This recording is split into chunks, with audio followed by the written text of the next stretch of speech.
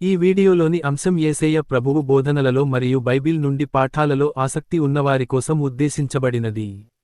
ఇది ప్రతిఒక్కడి పట్ల ప్రేమతో మరియు గౌరవంతో పంచబడుతున్నది. ఇతర మతస్థుల భావాలను దెబ్బతీయడం లేదా బాధించాలనే ఉద్దేశం లేదు. ప్రతివారిని ఓపెన్ హార్ట్తో వీక్షించమని మరియు పాల్గొనమని ఆహ్వానిస్తున్నాము. Content of this video is intended for those interested in the teachings of Jesus Christ and the lessons from the Bible. It is shared with love and respect for all people and is not meant to offend or hurt the sentiments of individuals of other faiths. We welcome all to view and engage with an open heart.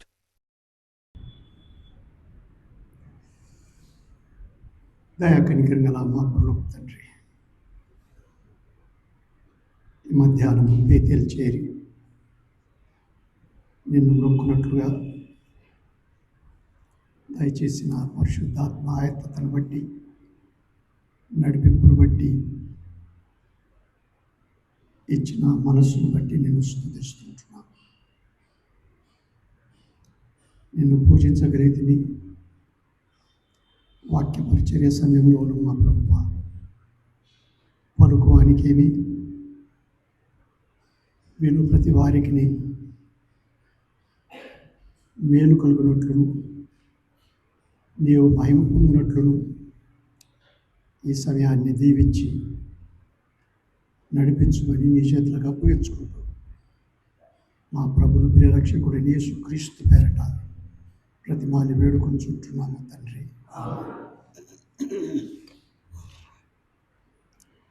ప్రకటన గ్రంథంలో 21వ అధ్యాయము 22వ అధ్యాయం కలిసి మనం ముగించాలని చూస్తూ ఉన్నాము. ప్రభువు నడిపించిన కొద్దీ మనం వింటూ వస్తూ ఉన్నాము. క్రొత్త ఆకాశము, క్రొత్త భూమి. ప్రభువు సృష్టించేప్పుడే ఆకాశము, భూమి. సైన్స్ ప్రకారంగా కూడా మనం చూస్తూ ఉన్నాం. ఎలాగో సూర్యుడు కేంద్రంగా ఉండగా గ్రహాలు చుట్టూ తిరుగుతూ ఉన్నాయి. మరి ఏమిటి ప్రభువు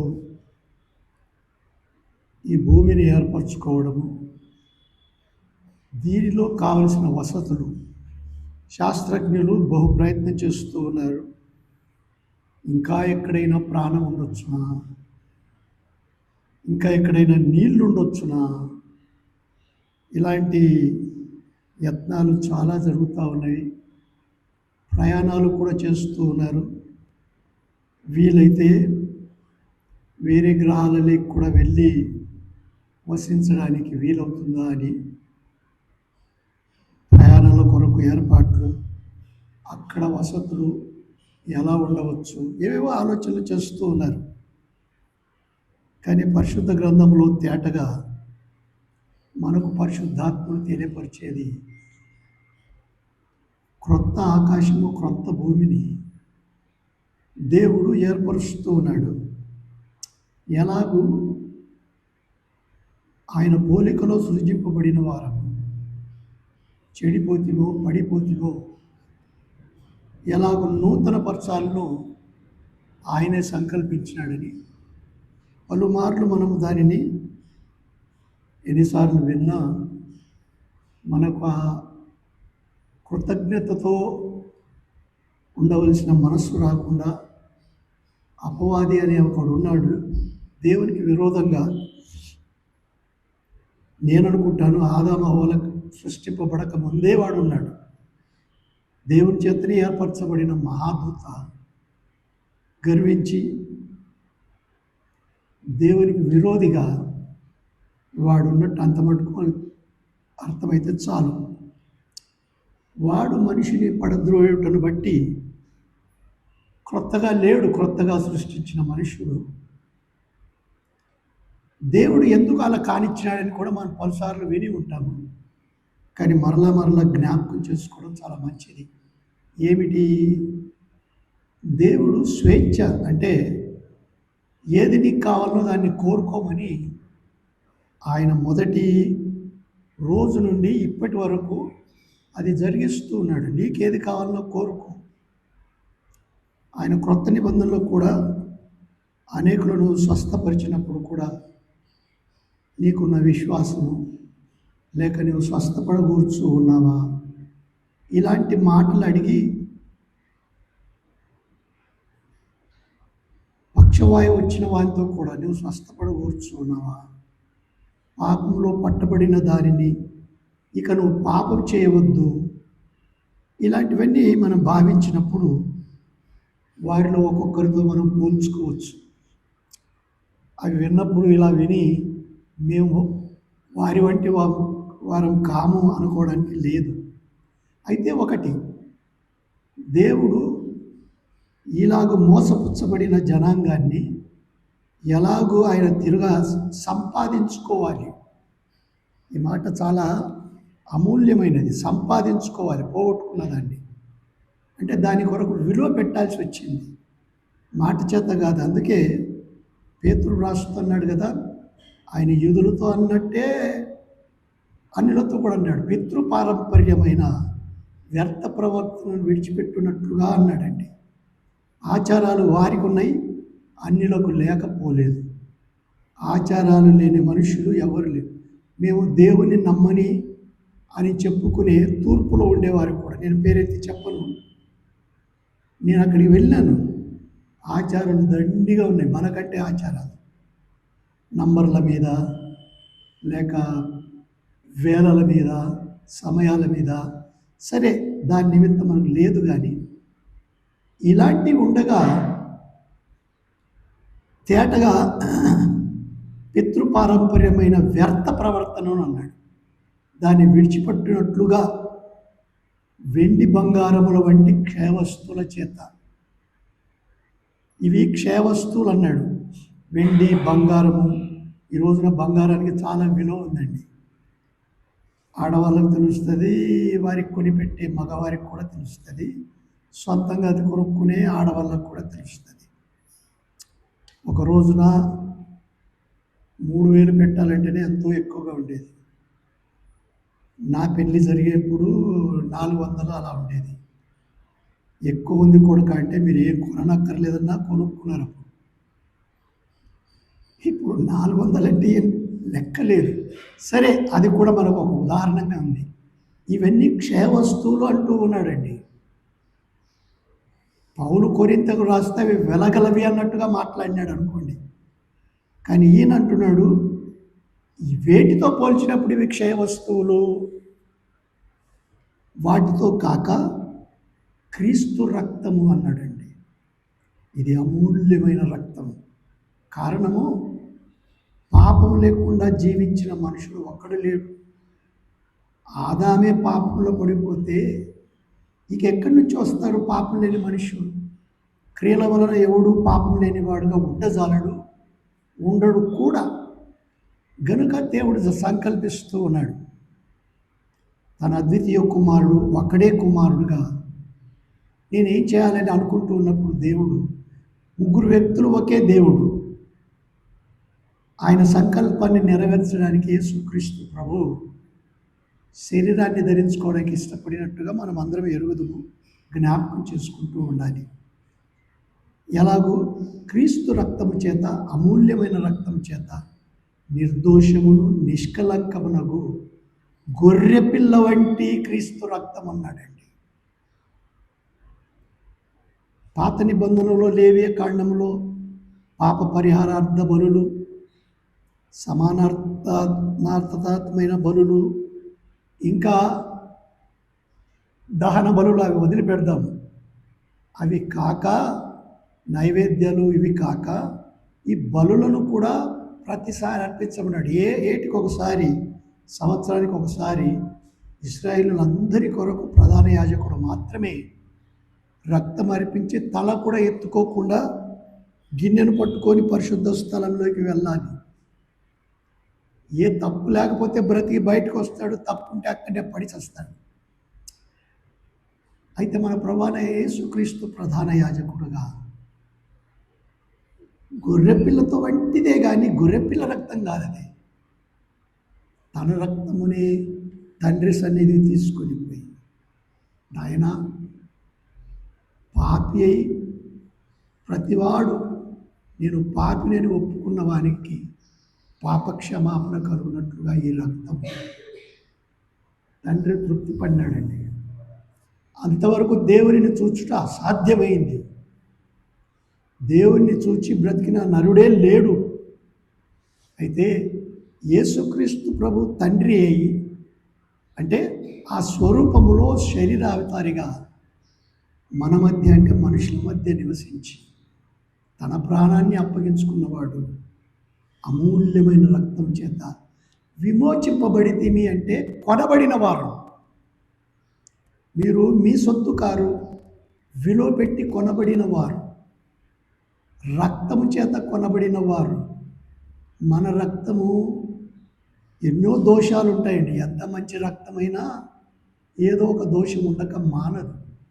అలాంటప్పుడు ప్రభు ఏది లేకుండా తన రక్తం అర్పగించి నమ్మిన ప్రతి వానికి ఆయన, కాబట్టి క్రీస్తు యేసునందున్న వారికి ఏ శిక్షా విధి లేదన్నాడు. అంతేకాక ఆయన ఎందున్నవాడు ప్రతివాడు నూతన సృష్టి అన్నాడండి. ఇదిగో పాతవి గతించి క్రొత్తవైనవి. కనుక ముందు తన స్వరూపంలో ఉన్న వారిని క్రొత్త సృష్టిగా చేసుకున్నాడండి. మీరు షర్టు పాతదైనా సరే, మురికిదైనా సరే, కానీ లోన శుభ్రంగా. ప్రభు అందుకే అన్నాడు, నేను పై వస్త్రాన్ని చూడను, పై రూపాన్ని చూడను. లోపల దావీదు అదే కదండి, గొర్రెలు మేపేవాడు, గొర్రెలను కాచుకునేవాడు.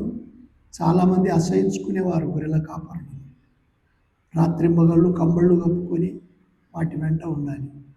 అయితే యెషై కనిష్ఠ కుమారుడైన దావీదును సమూయేలుకు చెప్తున్నాడు, వాడిని పిలిపించమని చెప్పి. అవన్నీ మనం ఎరుగుదము. నీవు నేను ఎవరము? దారి ప్రక్కన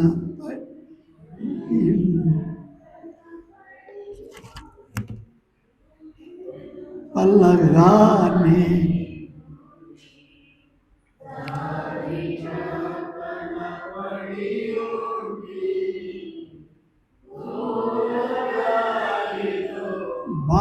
బాధపడగా చేరినను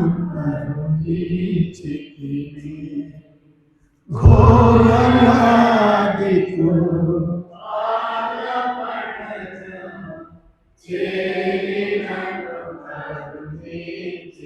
దారి ప్రక్కలో పడి ఉండి, ఊరి వెలపలగా నుండి, ఇష్టపడని వాడుగా తృణీకరింపబడిన వారనుగా మనం ఉంటుంది.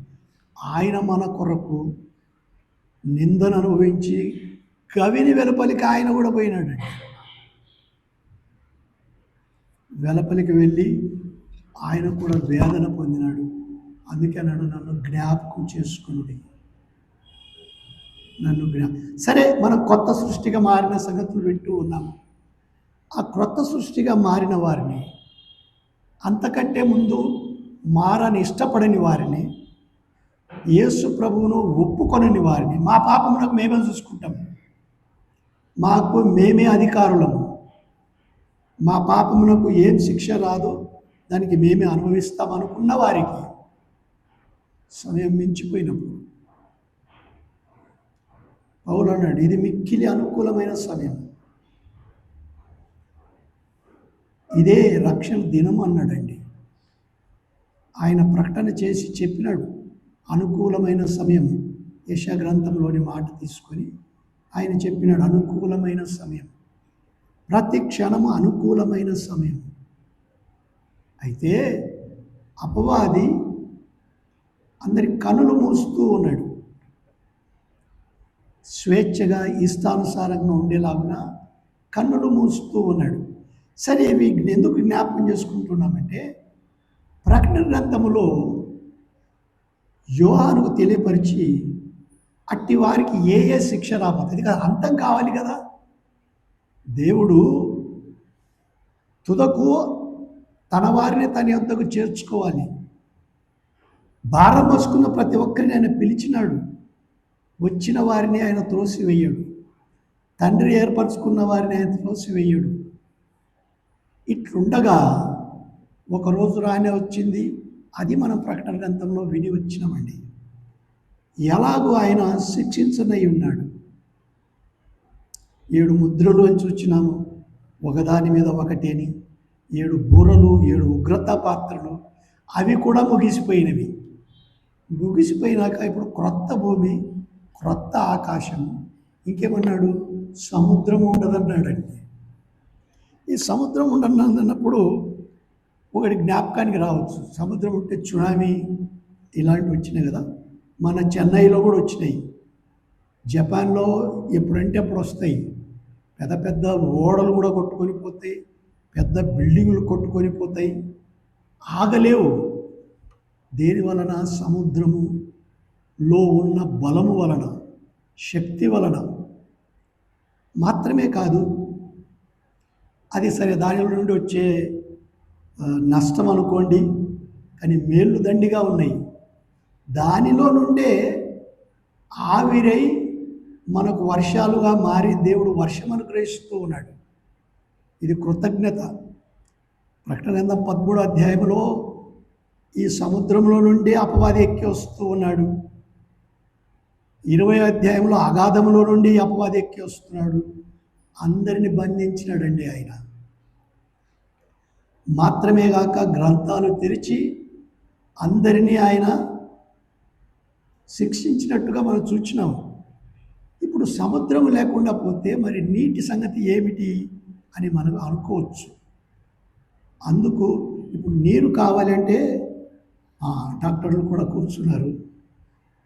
మన రక్తంలోనే ఎంత శాతము 90% నీళ్ళు. ఏం డేవిడ్, శాతం అంటే అర్థమైందా? 90% నీళ్ళే. ప్రతి చోట నీరు లేకుండా లేదు. మరి ఇట్లుంటే ఎలాగూ? కనుక రక్తము పరలోకంలో ఉండదు అని ఆయన కొరింథీయులకు రాస్తూ పౌలు చేత పలికించినాడు పరిశుద్ధాత్ముడు. మనకు రక్తం ఉండదు, ప్రాణము రక్తము. యేసుక్రీస్తు కూడా రక్తము, ఆయన ప్రాణమిచ్చుటకు రక్తాన్ని తీసుకున్నాడండి. ఇక ప్రాణం పెట్టేది లేదు. నిత్యం అక్కడ ఉండడము, ఎలాగో ఆయన మహిమపరుస్తూ ఉంటాము. ఈ సత్యాన్ని ప్రకటన గ్రంథంలో ఆయన చూపిస్తూ ఉన్నాడు. సముద్రము ఇక ఉండదు. అంతేగాక సముద్రము మనం చూచినాం. నేను చిన్ననాటప్పుడు మా అవ్వ, నేను తాతలను చూడలేదులేండి, అవ్వను చూచిన కథలు చెప్పేటప్పుడు 7 సముద్రాలు దాటినాక పలాని రాజు ఉండేవాడు. విన్నారా అలాంటి కథలు? ఇలా కథలు చెప్పేవారు. అంటే అంత దూరం ఉంటారు అనే ఒక భావం. దూరము ఎడబాపును చూపించేది. దూరము ఇప్పుడు ట్రైన్లు ఉన్నాయిలేండి. ఒంగోలు పాప వచ్చిందా సుమన? నాకు తెలియదు, కానీ ట్రైన్ ఎట్లా పోవాల్సింది కానీ విజయవాడ అనుకోండి. విజయవాడ నుంచి విశాఖపట్నానికి ట్రైన్లు ఉంటాయి కదా. ఇప్పుడు ట్రైన్లు బండి అయ్యలేండి. ట్రైన్లు లేనప్పుడు హైదరాబాద్లో మార్చుకోవాలి కదమ్మా, ఎక్కడనో మార్చుకోవాలా. నాకు అక్కడి రూట్, మేము నంద్యాలకు వెళ్ళాలంటే కుంటకలో నేడు కూడా మార్చుకోవాలి. కానీ మనం ఏం చూస్తూ ఉన్నాము? ఈ సముద్రాలు ఇంకా దూరం ఉండేవి. ఇప్పుడు దుబాయ్కి కూడా వెళ్ళాలంటే సముద్రములో ఏర్పాట్లు చేస్తూ ఉన్నారని చెప్తా ఉన్నారండి. కొన్ని నిమిషాలలో వెళ్ళొచ్చని. కానీ సముద్రము ఇక అవసరం ఉండదు. అంటే సముద్రము వ్యత్యాసాన్ని చూపించేది, దూరం ఉన్నదాన్ని. కానీ దేవుని రాజ్యంలో ఇక దూరం అనేది ఉండదండి. ఇప్పుడు మనలో చాలామంది తల్లిదండ్రులు ఉన్నారు, నాకు లేరు. ఎందుకు? నేనే వృద్ధుడనైనాను కనుక. కానీ రేపు వాళ్ళను కూడా చూసే భాగ్యం, మరి వాళ్ళని ఇక చూడకుండా అయిపోతుందా? ఏ జనన్న నిత్యం చూస్తూనే ఉంటాం. నా బిడ్డ లేదు, కానీ అక్కడ చూసినప్పుడు మరలా నేను పోగొట్టుకుంటానా?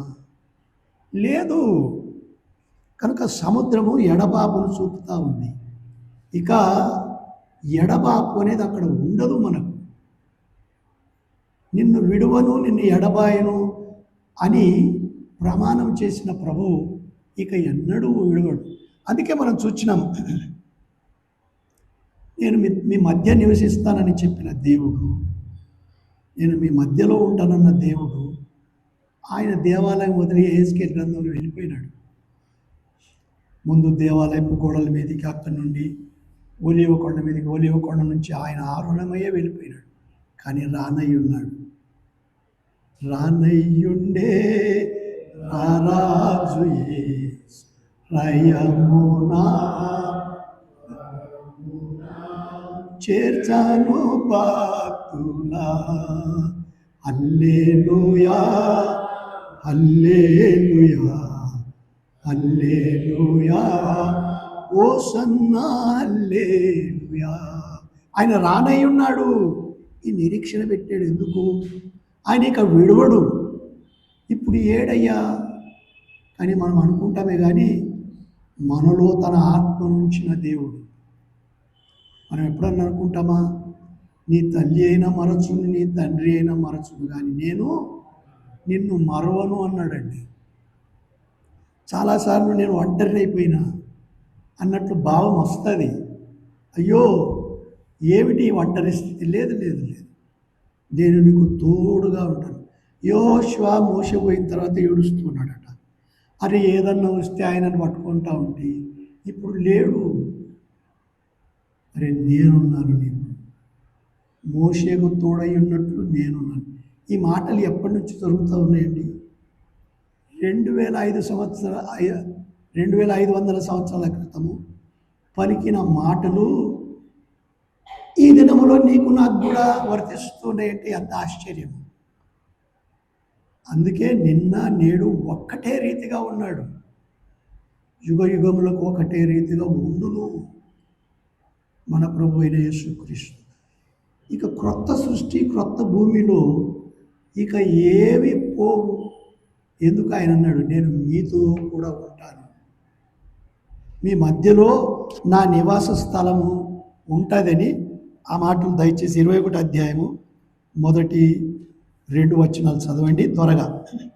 అంతటా నేను ఆకాశమును కొత్త భూమిని చూచితిని. మొదటి ఆకాశమును మొదటి భూమి గతించిపోయాను, సముద్రమును ఇకను లేదు. మరియు నేను నూతనమైన యెరూషలేమును ఆ పరిశుద్ధ పట్టణము భర్త కొరకు అలగని. ఇదేంటి నూతనమైన యెరూషలేము అంటూ ఉన్నాడు? 1000 ఏళ్ల పరిపాలనలో యేసు ప్రభు యెరూషలేములో ముఖ్య పట్టణంగా చేసుకొని ఉన్నాడు. అది ఏమైపోయింది? పాతదైపోయింది. 1000 ఏళ్లకు యెరూషలేము ఇప్పుడు అది కూడా ఎట్లుంది? నూతనమైన యెరూషలేము. అంతేకాదు, పెళ్లి కుమార్తె అయిన యెరూషలేము. విన్నారా? భూమి మీద ఉన్న యెరూషలేము కాదు. ఎక్కడి నుండి వస్తుంది? మళ్ళా చదువునైనా. మరియు నేను నూతనమైన యెరూషలేమును ఆ పరిశుద్ధ పట్టణము తన భర్త కొరకు అలంకరింపబడిన పెళ్లి కుమార్తె వలె సిద్ధపడి పరలోకమందున్న దేవుని యొద్ద నుండి దిగి వచ్చుట చూచితిని. అమ్మో, ఈ నూతనమైన యెరూషలేము పరలోకముల నుండి దిగి వచ్చుట యోహానును నాకు దేవుని దూత చూపిస్తూ ఉన్నాడు. ఇది ఎంత ఆనందంగా ఉందండి. పెళ్లి కుమార్తె. ఇంకో మాట మనం చదివిన గతసారి కూడా 9వ వచనం.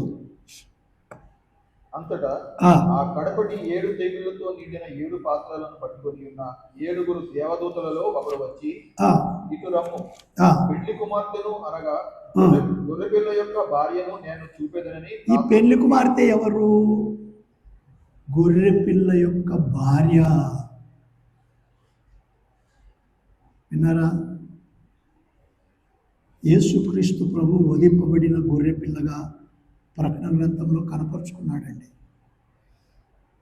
ఆయన కారణము ఆ రక్తము చేతనే మనల్ని కొన్నాడు కనుక ఆయన ఇష్టపడుతూ ఉన్నాడు. వధింపబడిన గొర్రెపిల్ల. సరే, ఇప్పుడు మనం విన్నాము, ఆకాశమునకు పిలువబడిన తర్వాత సంఘము ఆయన కావలసిన ఆశీర్వాదాలు లేక బహుమానాలు చేసిన క్రియలకు ప్రతిగా బహుమానం ప్రతివానికి వాని క్రియ చొప్పున ఇచ్చి తండ్రి ఇంటికి తీసుకుని వెళ్ళి భార్యగా ఆయన పొందినాడండి. ఆ భార్య ఇప్పుడు ఎట్లుంది? దానిలో ఉండవలసిన వారెవరు ఎన్నోసార్లు వింటూ వస్తూ ఉన్నాం. సంఘము 7 ఏళ్ల శ్రమల కాలం ముగించిన వెంటనే అప్పట్లో చనిపోయిన వారేమి, 7 ఏళ్ల శ్రమల కాలం అయిపోయిన తర్వాత పాత నిబంధన భక్తులేమి, లేపబడిన వారేమి, దానియేలు గ్రంథం 12వ అధ్యాయంలో చెప్పబడిన రీతిగా వీరందరూ లేక మనం అందరము అక్కడ నుండి వస్తాం. ఎప్పుడైనా ఆనందించినామా? ఎప్పుడైనా ఆనందించినామా? సహజంగా మన మనసులో ఏముంటుందంటే, గొంతుకు బాలకనే సహాయం చేస్తూ ఉన్నారు, పాడండి. కలుషితమగు ఈ లోకం కదిలెను నా కన్నుల, కలుషితమగు ఈ లోకము కదిలెను నా కన్నులలో, మరణ శరీరపు మరులే మెదలెను నా హృదయములో, మరణ శరీరపు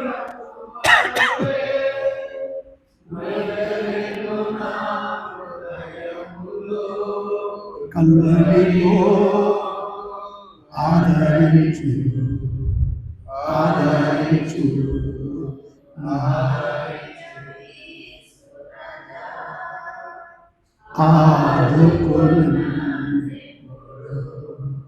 విన్నారా?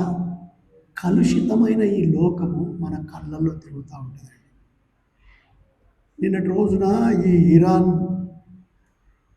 ఇస్రాయల్ యుఎస్ఏ ఒకవైపు యుద్ధం జరుగుతూ ఉందంటే టీవీ పెట్టుకుంటే 5 నిమిషాలకు ఒకసారి ఒక అడ్వర్టైజ్మెంట్ వస్తుందండి. 5 నిమిషాలకు పలానిది ఇది తీవ్రమైన యుద్ధం జరుగుతూ ఉంది, ఎలాగవుతుంది అదంతా ప్రభు చిత్తం. కానీ ప్రేరేపించువాడు అపవాదని నేను చెప్పలేను, కానీ ఘోరంగా జరుగుతూ ఉంది, ఆయన చిత్తము నెరవేర్చుకుంటూ ఉన్నాడు.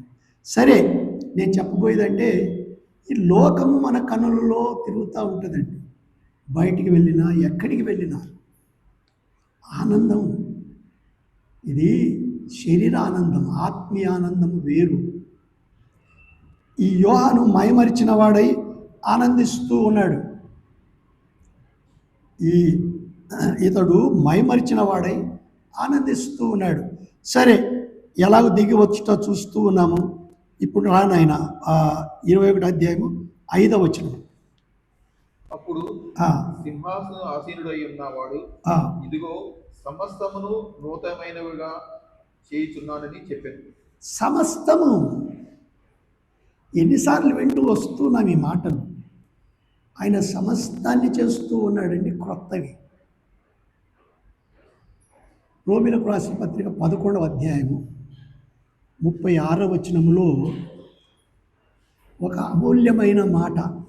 ఆయన మూలమునను, వినండి, ఆయన మూలముగాను, ఆయన ద్వారాను, ఆయన నిమిత్తము, ఆయన మూలము, ఆయన ద్వారాను, ఆయన నిమిత్తమును సమస్తము కలిగి ఉన్నది.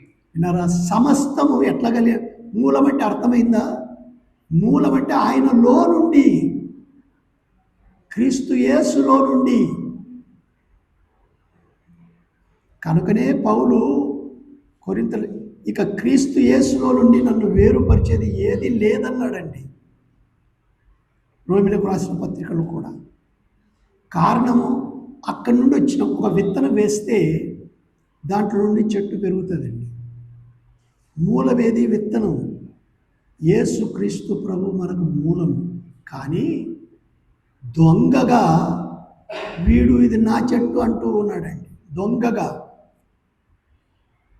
ఎవడు? అపవాది, మన విరోధి అయిన అపవాది. ఆయన మూలముగాను, ఆయన ద్వారాను మనం ఆయన సృజించిన పని అయి ఉన్నాము. ఆ మాట అట్లనే పెట్టిన ఆయన ఎఫెసీయులకు రాసిన పత్రిక 2వ అధ్యాయం 10వ వచనం చదువు. 2వ అధ్యాయం 10వ వచనం. మరియు వాటి యందు మనము నడుచుకొనవలెనని వాటి యందు వేటి యందు దేవుడు ముందుగా సిద్ధపరిచిన దేవుడు ముందుగా సిద్ధపరిచిన సత్క్రియలు చేయుటకై. విన్నారా?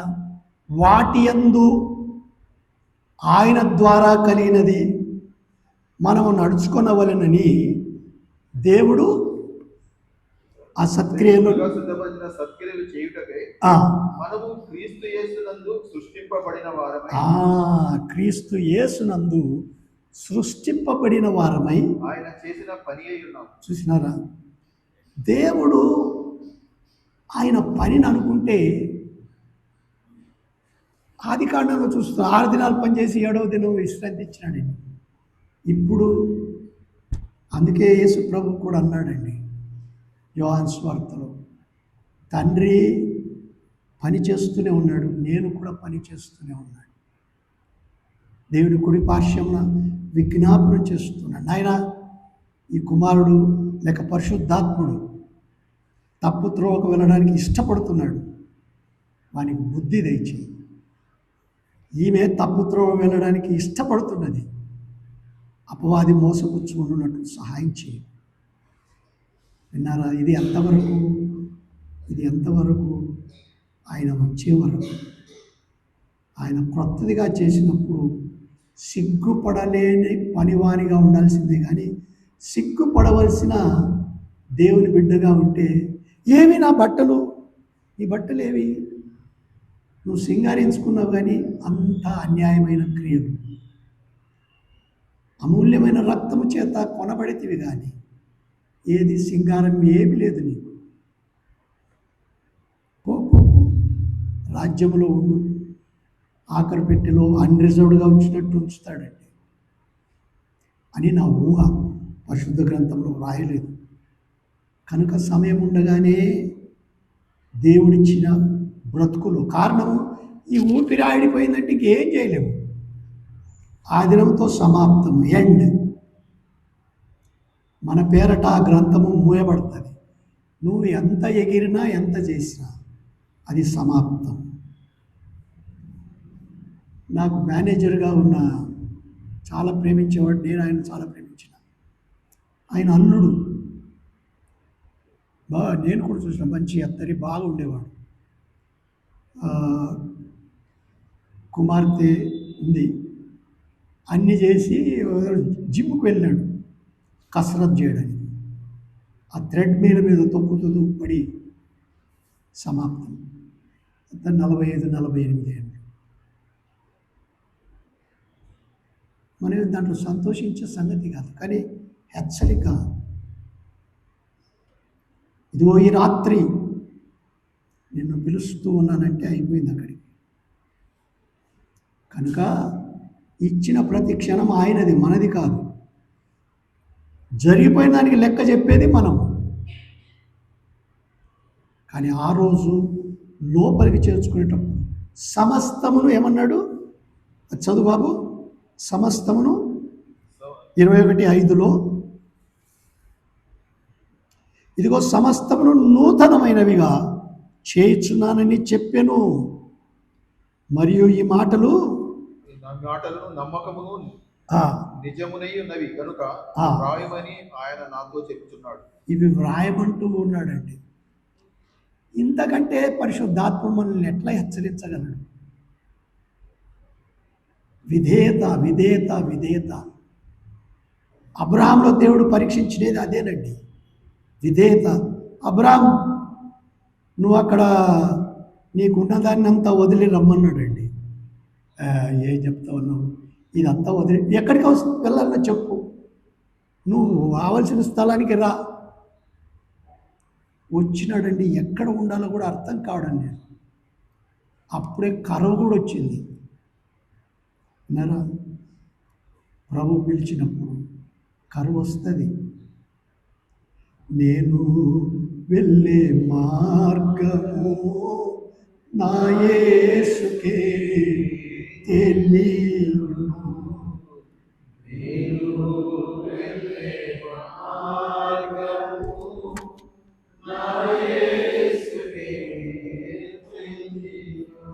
పడతారా? కడలేని కడాలి కడలేని కడ తీరము ఎడమాయ కడకున బ్రతుకున కడలేని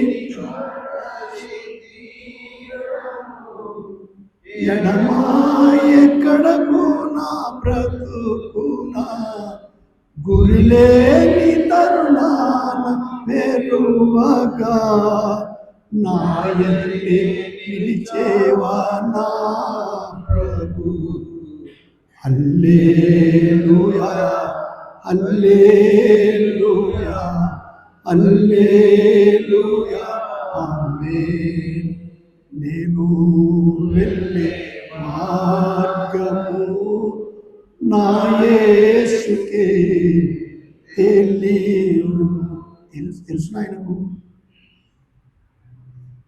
నేను వెళ్ళే మార్గం ఆయనకు తెలుసునా, లేకుంటే ఆయన మార్గంలో వెళ్ళకుండా నా మార్గంలో నేను పోతాను? మరొక పట్టణ జ్ఞాపకం వస్తూ ఉంది. దేవుడు హెచ్చరిస్తాడట పరిశుద్ధాత్ముడు, కుడికి తిరిగినను మరి ఎడమకు తిరిగినను, కుడికి తిరిగినను మరి ఎడమకు తిరిగినను, నడువుడి త్రోవ ఇదే నిశ్శబ్దము చెవులకు వినబడును, ఆ చెవులకు వినబడును. ఉన్నత స్థలములపై నెక్కించి చూపించు ప్రభు, ఎన్న తగిన మహారాక్షణ శిఖరం సుందర ముందు సదా, ఆ సుందర ముందు సదా. కుడికి వద్దు ఎడమకు వద్దు సరిగా వెళ్ళమంటాడట. లేదు ప్రభు, గొర్రెలవనే ద్రావే తప్పిపోయిన వారము, తప్పిపోయి దెబ్బలు తిన్నదాన్ని భుజం మీద పెట్టుకొని తెచ్చి ఇట్లా నడువమంటే ఇప్పుడు కూడా ఆ కుంటుతో కూడా అట్లా పోవాలని చూస్తామండి. కాలు కుట్టి, కన్ను కొంచెం గుడ్డిపోయింది, చెవు కొంచెం మందమైంది, అయినా ప్రక్కకు లాగుతామండి. వద్దు వద్దు వద్దు వద్దు మనసా బుద్ధి కురచా అన్నాడండి. వద్దు వద్దు వద్దు. సమస్తము ఆయన కొత్తవిగా చేయనై ఉన్నాడు కనుక సమయం ఉండగానే మనం ఎంత మార్చుకుంటే అంత మంచిది. ఒక మాట సందర్భానుసారంగా ఉంటుందో లేదో తెలియదు కానీ ఎఫెసీలకు రాసిన పత్రిక 4వ అధ్యాయం 6వ వచనం చూడు బాబు. అందరికీ తండ్రి అయిన దేవుడు ఒక్కడే, ఆయన అందరికీ పైగా ఉన్నవాడై అందరిలోనూ వ్యాపించి అందరిలో ఉన్నాడు. అయితే మనలో ప్రతి వానికి క్రీస్తు అనుగ్రహించు వరము యొక్క పరిమాణం చొప్పున కృప ఇయ్యబడింది. ఈ మాటల అర్థం ఏమిటంటే యేసు ప్రభు మన తండ్రి అయిన దేవుడు ఒక్కడే, ప్రతి వానికి ఆయన కృప అనుగ్రహిస్తున్నాడు, అదే సమయంలో వరం అనుగ్రహిస్తూ ఉన్నాడు. దానిని గ్రహించి, అసలు మొదటి వచనం ఇంకా అర్థంతో కూడి ఉందండి. చదువు 4వ అధ్యాయం 1వ వచనం. కాబట్టి మీరు సమాధానమును బంధము చేత ఆత్మ కలిగించు ఐక్యతను కాపాడుకొనుట యందు శ్రద్ధ కలిగిన వారు. ఆత్మ ఐక్యతను కలిగిస్తుందండి. అపవాది భేదములు పుట్టిస్తాడండి. ఆత్మ కలిగించు ఐక్యతను కాపాడుకొనుట యందు శ్రద్ధ కలిగిన వారై ప్రేమతో ఒకరినొకడు సహించుచు మీరు పిలువబడిన పిలుపునకు తగినట్టుగా దీర్ఘశాంతముతో కూడిన మిమ్మల్ని నేను క్రొత్తగా చేస్తానన్న ప్రభువు పిలుపు. ఆయన పిలుపు ఎందుకు ఆఖరుగా గుంపులో ఉండాలి? దేమావలే ముందు పరిగెట్టి పౌలుతో ఉన్నాడండి, కానీ లోకమును ప్రేమించి వదిలిపోయినాడండి. నా ఇష్టమండి, నా ఇష్టము, నీకు నేను జవాబు చెప్పేదేంటి అనుకునేవారు లేమా? మనం ఇష్టాలను నెరవేర్చుకోకుండా పరిశుద్ధాత్మని పిలుపు ఏది? ఆయన కనపరిచే చూపు ఏది? ఎందుకు మనల్ని పిలిచినాడు? ఎందుకు మనల్ని నడిపిస్తూ ఉన్నాడు? ఈ మాట మనసులో పెట్టుకుందాము. ఆ తర్వాత 21:6 చదువు బాబు. మరియు ఆయన నాతో ఇట్లనే, సమస్తమైనవి నేనే, సమాప్తమైనవి నేనే అల్ఫాయు ఓమేగాయు, అనగా ఆదియు అంతమునై ఉన్నవాడను. తప్పికొను వానికి జీవజలముల బుగ్గలోని జలమును నేను ఉచితంగా అనుగ్రహించును. జయించువాడు వీటిని ఆ మాటలు చూడండి, జయించువాడు వీటిని స్వతంత్రించుకొను. జయించువాడు. ఇంతవరకు అదే వింటూ వస్తున్నామండి. నీవు జయిస్తూ ఉన్నావా, నీవు అన్నట్టున్నావా అనుకుంటూ ఉన్నావేమో. పందెంలో ఓపికతో పరిగెట్టి ఫస్ట్ వస్తే బహుమానం అండి. చదువుకునే తల్లులకు కానీ అబ్బాయిలు వాళ్ళకు కానీ చక్కగా చదువుకొని శ్రద్ధగా సమయాన్ని వ్యర్థం చేసుకోకుండా బాగా నేర్చుకొని వస్తే సమయాన్ని సద్వినియోగం చేసుకున్నప్పుడు గాలితో పోరాడినట్టు ఉండదు మనకు. అసలు ప్రకటన గ్రంథంలోనే ఆయన ప్రారంభిస్తూ ఉన్నాడండి ఈ జయించే వాని సంగతులు. ఏమేమి ఇస్తానన్నాడు? 2వ అధ్యాయము, త్వరగా చదువు బాబు, 7వ వచనం. ప్రకటన గ్రంథంలో 2వ అధ్యాయము 7వ వచనం. చెవిగలవాడు ఆత్మ సంగముతో చెప్పుచున్న మాట వినుగాక. జయించు వానికి దేవుని పరదేశులో ఉన్న జీవవృక్ష ఫలములు భుజింపనిత్తును. అబ్బో, జయించు వానికి పరదేశులో జీవవృక్ష ఫలము భుజింపనిత్తును. మనం అనుకుంటాం, అరే అక్కడ ఆకలే ఉండదన్నావు, అరే అక్కడ ఏమి అవసరం లేదన్నావు. అయినా దేవుడు, ఆ మాట కూడా వద్దాం సమయం ఉంటే, యేసు ప్రభు తినేవారికి తిననిస్తాడండి. అసలు యేసు ప్రభువే చెప్పినాడండి లూకాసు వార్తలో, నేను మరలా దేవుని రాజ్యంలో చేరు వరకు ఈ ద్రాక్షారసము త్రాగను అన్నాడు. అంటే అర్థం ఏంటి? అక్కడ త్రాగుతానండి కదా. అంతేకాదు, వారిని సముద్ర తీరాన కూర్చొని పెట్టి మీ దగ్గర చేపలు ఎవరిని ఉంటే తీసుకొని రమ్మన్నాడు. వారికి ముందే తానే సిద్ధపరిచి వారికి పంచిపెడతాడు. ఎమ్మాయి గ్రామంలోకి వెళ్ళే 2 భార్యాభర్తలు అయి ఉండవచ్చు, మరి ఎవరైనా ఉండవచ్చు. వారితో వెళ్ళి వారి ఇంట స్తోత్రము చెల్లించి, దేవా దీనిని పవిత్రపరిచి వీరిని నేను పుచ్చుకొని చుంటుండగా నీవు మహిమ పొందమని విరిచిన వాడి కన్నులు తెరవబడేయండి. దేవుడిచ్చు ఆహారాన్ని కృతజ్ఞతతో పుచ్చుకుంటే ఆత్మీయ కన్నులకు కూడా మేలవుతుందని దానివల్ల అర్థం. సరే, జీవవృక్ష ఫలంలోనూ నేను ఇత్తును అన్నాడు. 11వ వచనం కూడా చదువు బాబు. మొదటిది ఎఫెసు సంఘముకు, 2వది స్మరణ సంఘానికి. సంఘములతో చెప్పుచున్న మాట చెవిగలవాడు వినుగాక. ముందు చెవి ఉండాలండి. చెవి అంటే వినే మనస్సు ఉండాలి. మాటలు వినపడతా ఉంటాయి, మన ధ్యానం అంతా ఎక్కడో ఉంటే.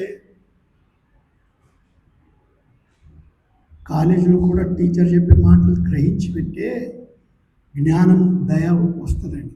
వినువానికి మేలు కలుగుతుంది. వినుట వలన విశ్వాసం, వినుట వలన తెలివి, వినుట క్రీస్తును కూర్చిన మాట వలన కలుగును అన్నాడు పౌలు. వినువానికి ఏమన్నాడు? ఆత్మ చెప్పుచిన మాట చెవిగలవాడు వినుగాక. జయించువాడు 2వ మరణం వలన ఏ హానియు. విన్నారా? ఇవన్నీ ప్రమాణాలండి.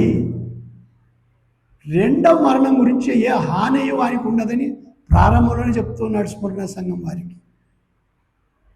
ఇక పెర్గము సంఘం వారికి ఏం చెప్తూ ఉన్నాడో విందాము. 2వ అధ్యాయంలోని 26, 27 వచ్చిన చదువు. నేను నా తండ్రి వల్ల అధికారం పొందినట్లు జయించుచు అంతము వరకు నా క్రియలు జాగ్రత్తగా చేయువానికి జనుల మీద అధికారం ఇచ్చేదను. అతడు ఇనుపదండముతో వారిని ఏలును. వారు కుమ్మర వాని పాత్రల వలె పగలగొట్టబడదురు. మరియు అతనికి వేకువ చుక్కను ఇచ్చేదను. సంఘంతో ఆత్మ చెప్పుచున్న మాట చెవిగలవాడు వినును కాక. ఇవన్నీ వింటే దేవుడు ఇచ్చే బహుమానాలు చూస్తూ ఉన్నామండి. 3వ అధ్యాయం 5వ వచనం చూద్దాం. 7 బహుమానాలు ఉన్నాయండి అక్కడ. నేనేమి నా సొంతంగా నేను చెప్పడమే లేదు, జ్ఞానం చాలని వాడిని. అక్కడనే ఉన్నాయి. జయించువాడు అలాగున తెల్లని వస్త్రములు జయించువాడు, జయించువాడు, జయించువాడు, జయించువాడు. మనం పాటలు పాడతాము, జయగీతమా ఏదేది? జయగీతము పాడుతుంది. జయ జయ యేసురాజా అని కూడా పాడతాం. కానీ మన బ్రతుకు ఎట్లుంది? జయించే బ్రతుకుందా? అని ఓడిపోయే బ్రతుకుందా? పుంజులు పోట్లాడేటప్పుడు గెలిచిన పుంజు ఇప్పట్లో ఏమో లేవేమో కానీ అవి గుడిసెల పైకి ఎక్కి అక్కడ కూత వేస్తాయండి. ఓడిపోయినది ఎక్కడో దాచిపెట్టుకోవడానికి చూస్తుంది కదా. ప్రభు పందెంలో కూడా నువ్వు ఎట్లున్నావు? ఇంకొక వచనం చూద్దాం, 3వ అధ్యాయం 12వ వచనం. జయించు వారిని నా దేవుని ఆలయంలో ఒక స్తంభముగా చేసేది. ఒక స్తంభముగా చేస్తానన్నాడండి. స్తంభము ఒక అధికారానికి గుర్తు. దేవుడు రేపు తన పరిపాలనలో స్తంభాలను ఉంచుకుంటాడు ఆయన. నువ్వు సరిగా పరిపాలన చేయకపోతే, జయించని వాడిగా ఉంటే కనుక నేర్చుకోవాలి. జయించేది ఎట్లా? ఇంటిలో గంప కింద ఉండే కోడి పెట్టవలే ఉన్నావా, లేక ధైర్యంగా కూత వేసే పుంజువలే ఉన్నావా? ఎట్లున్నావు నువ్వు? మనకు మనమే పరీక్షించుకోవాలి. ఆఖరుగా 3వ అధ్యాయం 21వ వచనం. నేను జయించి నా తండ్రితో కూడా ఆ సింహాసనం నందు కూర్చుండి ఉన్న ప్రకారము జయించు వారిని నాతో కూడా నా సింహాసనం విన్నారా? జయించు వారిని నాతో కూడా నా సింహాసనం నందు కూర్చుండనిచ్చేది. ఇప్పుడు ఈయన ఎక్కడ ఉన్నాడు? ఎవడైనా క్రీస్తునందు ఉన్నాడు ఇలా అది విన్నాను. సరేండి, మీరు క్రీస్తుతో కూడా లేపబడిన వారైతే పైనున్న వాటిని వెదకుడి, అక్కడ క్రీస్తు కూర్చొని ఉన్నాడు అంటూ ఉన్నాడండి. కొలసైలకు రాస్తూ 3:1. ఆ కూర్చొని ఉన్న క్రీస్తు ప్రభు ఎప్పుడేమంటున్నాడు? జయించడానికి నేను మనకు కూడా ఇస్తానంటున్నాడండి. ఇది ఆధిక్యతనా కాదా? ఎవరికి? ఓడిపోయేటానికి కాదు, జయించువానికి. నేను జయించి వచ్చినాను, ఏది నీ సర్టిఫికేట్? ఏం లేదు. పాస్ అయినవా? ఏది? ఫెయిల్. దేవుడు ప్రతిదీ ఆయన పక్షపాతం లేనివాడు. లేదండి నేను నీ పేరిట ఎన్ని చేయలేదు, అన్నీ చేసినావు కానీ అననీయ సప్పిరాల వల్లే చేసినావు. పేరు తెచ్చుకోవాలని ఇచ్చినట్టు చూపించినావు కానీ నీవు ఇచ్చినది ఎంత? నీ రాబడి ఎంత, నీవిచ్చినదెంత? ఇచ్చావు గాని అననీయవలెనా? ఇచ్చావు గాని సప్పిరావలెనా? ఇచ్చదవా ఇప్పుడైనా వర్ణాభోలి? ఇచ్చదవా ఇప్పుడైనా కానుకల పాత్ర?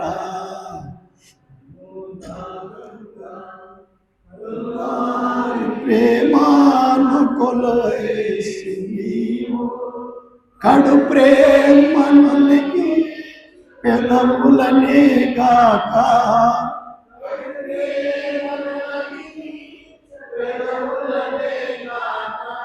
కనపరచుము నీ ప్రేమ కానుక రూపమున. కనపరచుము నీ ప్రేమ కానుక రూపమున. ఆయన వేషధారణ చూడండి. నీ హృదయంలో ఉన్నది ఆయనకు తెలుసు.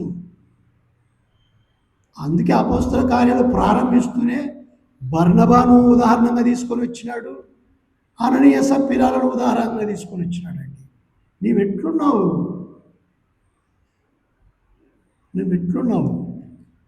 అదే అపోస్తల కార్యాల ముగింపులో ఎఫెసు సంఘానికి చెబుతూ పుచ్చుకొనుట కంటే ఇచ్చుట ధన్యం అన్నాడండి. నేను ఇస్తూ ఉన్నానండి, ఎట్లా ఈ చేత ఇస్తున్నాను, ఈ చేత దాచిపెట్టుకుంటూ ఉన్నాను. ఇచ్చినట్టు చెప్తూ ఉన్నావు.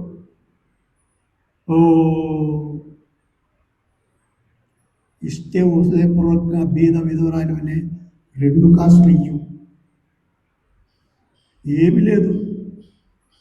సారెపతు స్త్రీ విధవరాలు ఏమీ లేనప్పుడు పట్టెడు పిండి కొంత గుడ్డిలో నూనె ఉంటే ఏలియా వచ్చి ఆ ఊరివాడు కాడు. నాకేదో ప్రభు చెప్తూ ఉన్నాడు, అమ్మా ముందు నాకు ఒక రొట్టె. అరే అయ్యా, పుల్లలు ఏరుకొని నేను నా కొడుకు ఒక రొట్టె తిని తృప్తిగా తిని పండుకోరాక, పండుకుంటే అట్టనే చచ్చిపోదాం అనుకున్నావు అంటే ఇది ఏంటి ప్రభు ఈ పరీక్ష? లేదు లేదు, ముందు నువ్వు చేసుకోనరా. వెళ్ళింది, ఆ పుల్లలు పెట్టి మంట చేసి పెట్టి ఇచ్చిందండి. ఇస్తే ఆ పిండి అయిపోలేదు, నూనె అయిపోలేదు. విన్నారా? ఇక్కడ అననీయ సభ్యురాలు బాగా ఆ తర్వాత ప్రాణాలు పెంచుకున్నారా?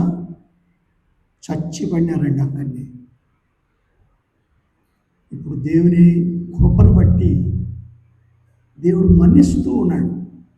ఇంకొక తరుణం దయచేయి ప్రభువా, వీరికి ఇంకొక తరుణం దయచేయి, వీరు దొంగలైనా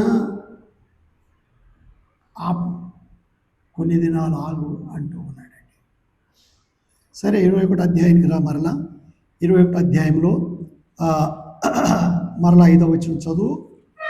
అప్పుడు సింహాసనాసీనుడై ఉన్నవాడు, ఇదిగో సమస్తమును నూతనమైనవిగా చేయుచున్నానని చెప్పాడు. చాలు బాబు, ఈ సమస్తము నూతనమైనవిగా చేసినట్వి ఒకసారి భూమిని చేసినాడు, నీటి వరద వచ్చింది, అయిపోయింది. మళ్ళా పేతురు రాసినట్టు దగదగ దగదగ బండి మంటలు వస్తాయి, కాలిపోతాయి. మరి ఇది కానీ దేవుడు చెప్తూ ఉన్నాడు, ఇది శాశ్వతమైనది. మనం చదివినాం చూడు, ప్రసంగి గ్రంథములో 1వ అధ్యాయము 4వ వచనములో, ప్రసంగి గ్రంథము 1వ అధ్యాయము 4వ వచనములో, తరము వెంబడి తరము గతించిపోచున్నది, భూమి ఒకటే ఎల్లప్పుడూ నిలిచినది. ఏమిటి? భూమి ఒకటే ఎల్లప్పుడూ నిలిచినది. ఎల్లప్పుడూ నిలిచేదండి. అందుకే కాలిపోతుంది అంటే ఇది బూడిదవుతుందని కాదు దాని అర్థము. కాలిపోయి మరలా శుభ్రపరచబడుతుంది. యెషయా పెదవుల మీద ఆ కొరవితో అగ్ని నిప్పుని తెచ్చి పెడితే పెదవులు కాలిపోలేదండి, పరిశుద్ధపరచబడినాడు. అగ్ని పరిశుద్ధపరుస్తున్నది. దేవుని వాక్యము అగ్ని వంటిది. మనము హృదయాన్ని నింపితే ఆయన పరిశుద్ధపరుస్తాడండి. దాచుకుంటే ఏం చేస్తాం? దాచుకుంటే మబ్బు వస్తుంది. అదే చూస్తూ ఉన్నాం. ఇంకొక మాట చూద్దాము. యెషయా గ్రంథంలో 65వ అధ్యాయము 17వ వచనం చూడు బాబు.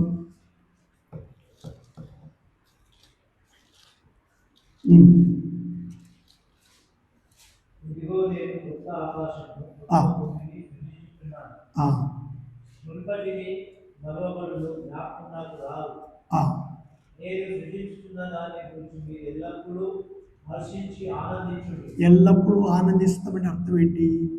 ఈ క్రొత్తగా సృజింపబడేది ఉంటుంది. అట్లనే 66:20లో కూడా ఉంది, కానీ అది మనం ఇప్పుడు చదవనక్కర్లేదు. దేవుడు క్రొత్త భూమిని, క్రొత్త ఆకాశమును నిరంతరం ఉండేదానిగా చేయబోతా ఉన్నాడండి. ఇది కొన్ని ప్రమాదాలు కూడా చేసినాడు దేవుడు. ఇప్పుడు యాజకులను వారి వస్త్రాలు ధరింపచేసేప్పుడు వారికి ఎట్లా తొడిగించి వారికి ఏ మాటలు చెప్పాలనో నిర్గమాకాండము చూడండి. నిర్గమాకాండం 29వ అధ్యాయంలో, నిర్గమాకాండం 29వ అధ్యాయంలో 44-45 చదవండి. నేను సాక్ష్యపు గుడారమును బలిపీఠమును పరిశుద్ధపరచెదను. నాకు యాజకులగునట్లు అహరోనును అతని కుమారులను పరిశుద్ధపరచెదను. నేను ఇశ్రాయేలు మధ్య నివసించి, వినండి, ఇశ్రాయేలు మధ్య నివసించి వారికి దేవుడనై ఉందును. కావున నేను వారి మధ్య నివసించినట్లు ఐగుప్తు దేశములో నుండి వారిని వెలుపలికి రప్పించిన తమ దేవుడైన యెహోవాను నేనే అని వారు తెలుసుకుందురు. దేవుడు వారి మధ్యలో ఉంటానే అప్పుడే చెప్పినాడండి. లేవియ కాండంలో కూడా చెప్దాం, చదువుతాం చూడండి. 26వ అధ్యాయము, నేను వారి మధ్యలో ఉంటానన్నది. ఇక్కడ కూడా అదే మాటలు, నేను వారి మధ్యలో నివసం చేస్తాను, ఇక దేవాలయం అవసరం లేదన్నాడు. 26వ అధ్యాయము 11 కావలిస్తే 12. నా మందిరమును మీ మధ్య ఉంచెదను. ఆ మాట మీ యందు నా మనస్సు అసహ్యపడదు. నా మందిరమును మీ నా మధ్య మందిరమును మీ మధ్య ఉంచెదను. ఆ, మీ యందు నా మనస్సు అసహ్యపడదు. ఆ. నేను మీ మధ్య నడిచెదను. ఆ, మీకు దేవుడనే యుందును. నేను మీ మధ్య నడిచేదను. ఇవన్నీ ఎట్లా జరుగుతాయి? క్రొత్త ఆకాశం క్రొత్త భూమిలో యేసుక్రీస్తు ప్రభువేడి ఇక్కడనే ఉన్నాడండి. ఆయన మనకు కనబడుతూనే ఉన్నాడు. మన కళ్ళకప్పుడు ఆయన కనబడుతూనే ఉంటాడు. అరే ప్రభువా నువ్వా? అవును. పేతురేడి? ఇదిగో పేతురు. పౌలేడి? ఇదిగో పౌలు. మా బాపు ఏడి? ఇదిగో ఇక్కడ ఉంది. నమ్మని వారి పేర్లు అడిగితే ఎవరు నాకు తెలియదు. అందుకే బంధువుల కొరకు కూడా ప్రార్థన చెయ్యాలి. బంధువుల కొరకు ప్రార్థన చెయ్యాలి.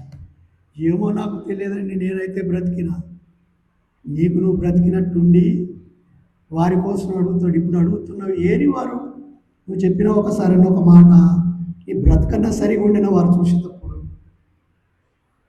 నిన్ను నువ్వు మెప్పించుకున్నావు, నీకు కలిగే లాభం చూసుకున్నావు. వారి కొరకు నీ బ్రతకలేదు. ఈ మాటలు అనిపించుకోకుండా జాగ్రత్త పడాలి. ఇంకొక మాట యెహెజ్కేలు గ్రంథంలో కూడా ఉంది. అది జరగబోయే సంగతి ఆయన తేటగా చెప్పినాడు. 37వ అధ్యాయంలో 37వ అధ్యాయము 24వ వచనం నుండి చదువు. దావీదు రాజు అవుతాడనే సంగతి.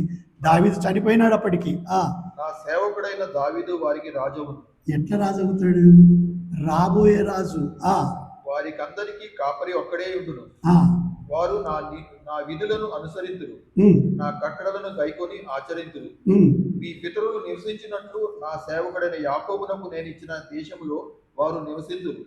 వారి పిల్లలను వారి పిల్లల పిల్లలను అక్కడ నిత్యము నివసింతురు. వినండి, నిత్యము నివసిస్తారంటూ ఉన్నాడండి. ఆత్మీయ సంబంధమైన తల్లిదండ్రులు, ఆత్మీయ సంబంధమైన వంశావళి అక్కడ కనపడుతుందండి. స్పర్జన్ అనేవాడండి. వేలుగా ఆయన మాటలకు రక్షింపబడ్డారు. కానీ ఆయన రక్షింపబడడానికి ఒక వానలో ఛత్రి తీసుకోకుండా వెళ్తూ ఉంటే ఏదో చర్చ్ కనపడింది, లోపలికి వెళ్ళినాడు. అక్కడ ఏదో మామూలు ఒక పాస్టర్ మాట్లాడుతూ ఉన్నాడు, నా లాంటి వాడు. ఆ మాటలు విని పట్టబడినాడండి.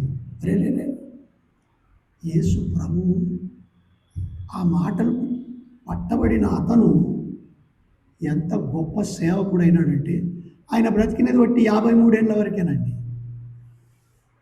ఆయన సేవ అపూర్వమైనది.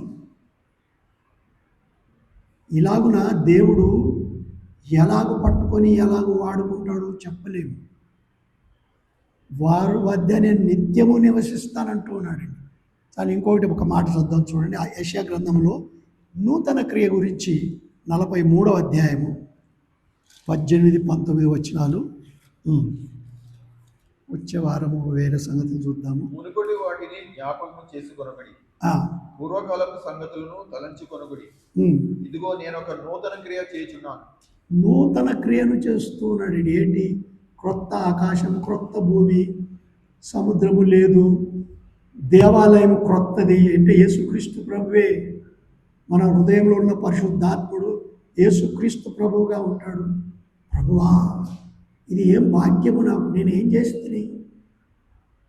నేను నిన్ను పూజించుట, కనులారా నిన్ను చూచుట, ఇది ఎంత భాగ్యము! ఇవన్నీ చెప్పని అశక్యమైన దీవెనలు. అందుకే ఒక్క మాట చదువుదాం చూడండి. రోమీయులకు రాసిన పత్రిక 3వ అధ్యాయము 21వ వచనం. మనం చాలామంది బైబిల్ క్లాస్కు రారు కనుక ఈ మాటలు మరలా చెప్తా ఉన్నాం. 5 మంది వస్తారండి. 5 మంది వచ్చినా పర్వాలేదు, గోడలు వింటాయని పోయిన వారని నేను చెప్పిన. రాకపోతే ఏం పర్వాలేదు, ఈ గోడలు వింటాయి. అవి గోడలు రేపు సాక్ష్యం చెప్తాయండి. అరే గోడలకి ఎక్కడుందయ్యా ప్రాణము? ఉంది, నా మాట వినండి. సాక్ష్యం మేము విన్నాం ఈ మాటలు. రోమీయులకు రాసిన పత్రిక 3వ అధ్యాయం 21వ వచనం. ఇట్లుండగా ధర్మశాస్త్రమునకు వేరుగా దేవుని నీతి బయలుపరచు. దేనికి వేరుగా? ధర్మశాస్త్రమునకు వేరుగా దేవుని నీతి బయలుపరచబడు. దేవుని నీతి బయలుపరచబడుతూ ఉన్నది. దానికి ధర్మశాస్త్రమును ప్రవక్తలను సాక్ష్యం ఇచ్చుచున్నారు. దేవుని నీతి ఏది? ఇది ఒక గొప్ప ప్రశ్న అండి. దేవుని నీతి అంటే ఏమిటి? ధర్మశాస్త్రమునకు వేరుగా దేవుని నీతి ఏమిటి? అది అది యేసుక్రీస్తునందలి విశ్వాసం, యేసుక్రీస్తునందలి విశ్వాసమూలమైనది.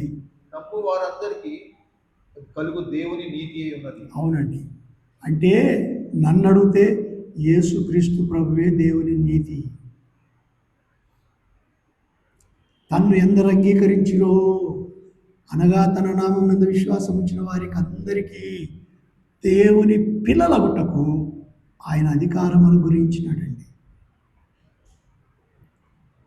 యేసుక్రీస్తు ప్రభు తోడి వారసులుగా చేసుకున్నాడంటే అర్థమేంటి?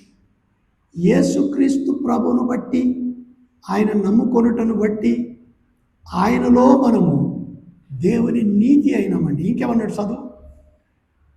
ఏ భేదము లేదు, అందరూ పాపము చేసి దేవుడు అనుగ్రహించి మహిమను పొందలేకపోతున్నారు.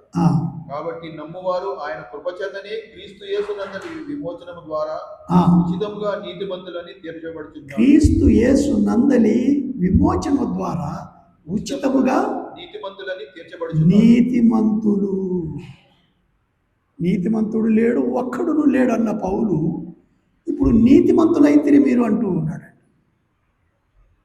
ఆశ్చర్యం కాదా? ఎన్నటికీ నీతిమంతుడు అసలు. అందుకేనండి కొరింథీయులకు రాస్తున్నాడు, ఆయన జ్ఞానము నీతియు విమోచనము ఆయన అన్నాడు. పరిశుద్ధత, నీతి నీతి నీతి. అనీతిమంతులమైన మన కొరకు నీతిమంతుడైన క్రీస్తు శరీర విషయంలో చంపబడి ఆత్మ విషయంలో బ్రతికింపబడి ఒక్కసారి ఆయన శ్రమ పొందినాడండి శరీర విషయం.